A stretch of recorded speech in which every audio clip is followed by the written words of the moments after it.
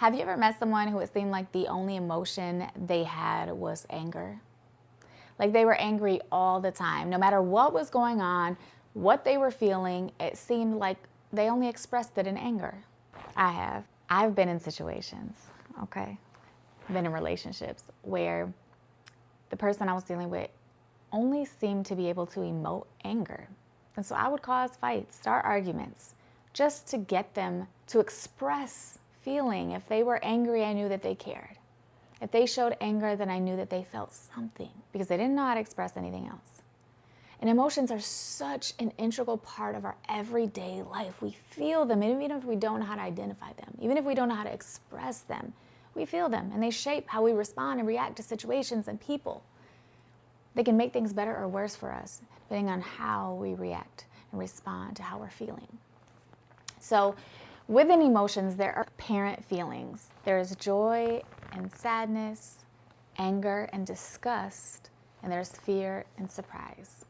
And everything we feel, whether it's jealousy or happiness or love, all come from one of those parent emotions. So think of them as roots to a tree, and everything else, all the other feelings of anxiety or jealousy or love, happiness, they're all branches off of these 6 roots. My name is Amber Boone, also known as Get Real with AB. I am a mother, a grandmother, a human. I am a lot of things, but ultimately I feel like my purpose is really to take all of the trauma and the pain that I've endured and healed from and am healing from and help others do the same so that they can live their best, most purposeful, most aligned life. And I want to preface by saying that I am not a mental health professional, but I love to have conversations that promote growth, healing, awareness.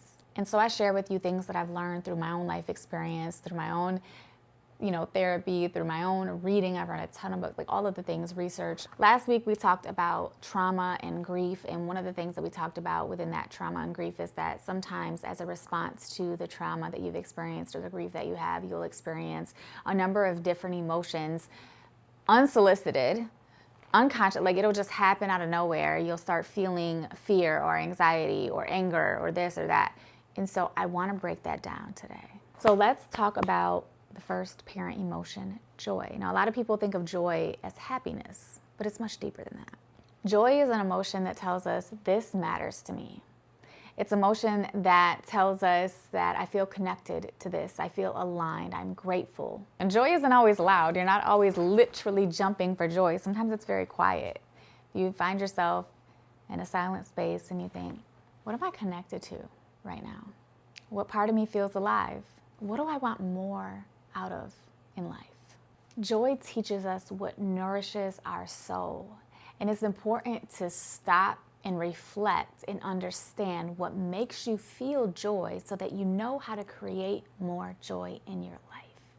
If you never stop and take a minute, say, what makes me feel connected? What makes me feel alive?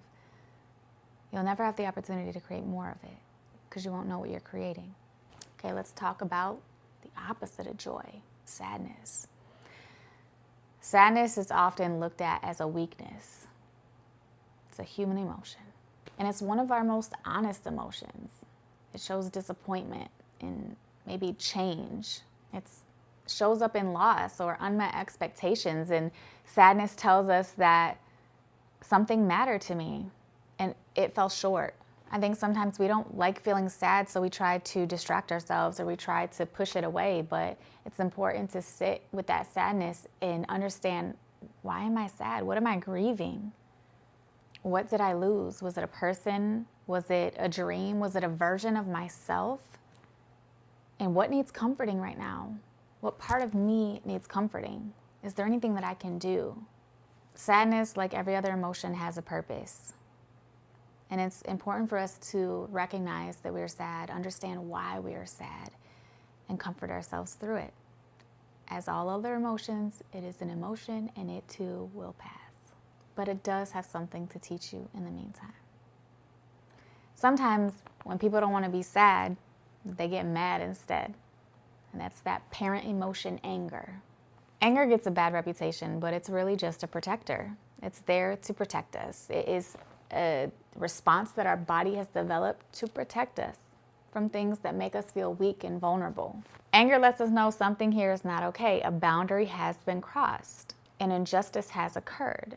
I am not being heard. I am not being seen. It's perfectly normal to feel angry.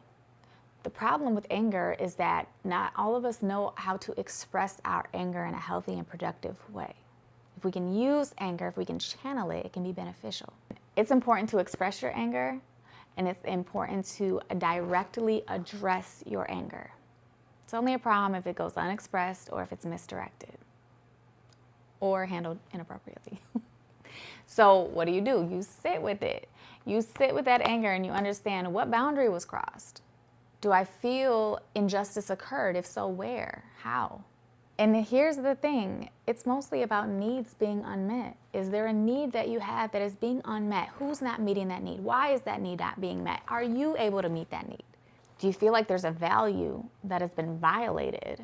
When you understand your anger, it can provide a lot of clarity and confidence. So the next parent emotion is fear, and fear is one of our oldest survival instincts, and a lot of times it overreacts. A lot of times our fear is out of control, especially in today's world, and a lot of us have anxiety, extreme anxiety, generalized anxiety, medical anxiety, all different types of anxiety, unnecessary fears, right? But they feel so very real to us. You know, fear does show up as anxiety. It can show up as worrying. It can show up as overthinking. And so it's important to sit with that fear. When you have fear, when you feel anxiety, when you are overthinking or worrying, you have to understand, is the fear that I'm feeling real or perceived? Is there an immediate threat, or am I worried about something in the future that I have no control over at all? What is the worst case scenario with this fear? What do I actually have control over right now? If you don't have control over it right now, there's no point of wasting fear on it. Fear just lets you know that your body needs support. It needs comfort. It needs reassurance. And a lot of people think that fear is a weakness or having anxiety is a weakness, but it's not. It's not. Not having fear, not being scared sometimes, it's not being strong or courageous. It's actually being able to operate in the face of fear that makes you courageous. So the next parent emotion is disgust. This is one of my favorite parent emotions because I feel like this is like for me, this is the finale emotion. When I feel disgust about something, that's how I know it no longer belongs in my life. When I feel disgust for something, that's an absolute deal breaker. Line drawn.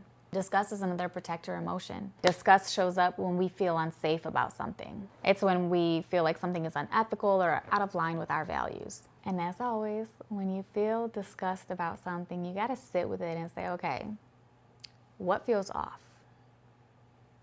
What am I tolerating that I shouldn't be? What boundaries being crossed that I need to reinforce? Disgust really is a compass that says, okay, this doesn't align with the direction you're headed. You could have been fine with something every single day of your life before now, but you feel disgust about it. You sit with yourself, you understand where the disgust is coming from, that means it doesn't align with you moving forward. The next parent emotion is surprise. Yeah, surprise is an interesting emotion because it's the bridge between awareness and reaction, between what you thought and what is. And this can be good or bad. Now, surprise can lead to joy, surprise can lead to fear, surprise can lead to other parent emotions. The thing is, what do you do after surprise? Of course, you sit with yourself and you ask yourself, what shifted? What meaning am I assigning to this surprise? Surprise invites you to be flexible and to teach yourself to adapt to situations, for good or for bad. Whenever you feel something, it's important that you stop and analyze it. You have to name it. What am I feeling? Am I feeling anger or is it sadness? Next step is to normalize it and understand it. Like, okay, it makes sense that I'm angry. It makes sense that I'm angry. I was betrayed by someone that I love. They crossed the boundary. It makes absolute sense that I'm angry. Get a little curious about how you're feeling. Okay, so I'm angry about this. Why am I angry about this? Because they crossed a boundary. Okay, they betrayed me. Okay, it makes sense. So, what am I gonna do about it? Am I gonna do anything? And then you choose your move. What are you gonna do? Now that you've named it, you've normalized it, you've gotten a little curious, it's time for you to decide. Do you just feel the feeling and let it pass? Keep it moving. Or do you take action? Because not every feeling deserves an action. Not every feeling deserves a response. Every feeling does deserve your attention and your time, your analysis, but it doesn't always deserve a reaction. I've met people who think they are so emotionally intelligent and so emotionally mature, and it takes minutes of a conversation for me to realize that they just suppress their emotions. Suppressing your emotions is not emotional maturity. It's not emotional intelligence. It's suppression. You have to be comfortable with feeling feelings. I hate when people say that women are so emotional, they're too emotional. Being emotional is not a bad thing. It's how you respond to the emotions that you have. Having emotion is human. Being able to emote is human. When you learn to listen and analyze your emotions instead of react to them is where you take back power.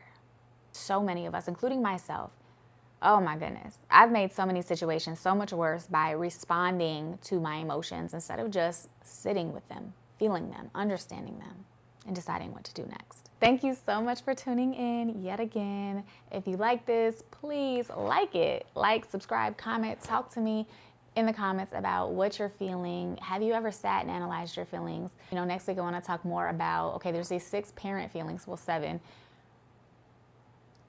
What about all the other feelings? How are they assigned to each parent emotion? And what does that mean for us? And the reason I want to get into these emotions is because it all goes back into being self-aware and healing and allowing ourselves to live our best lives. You have to be able to sit with the discomfort and learn about yourself in order for you to move forward as your best self.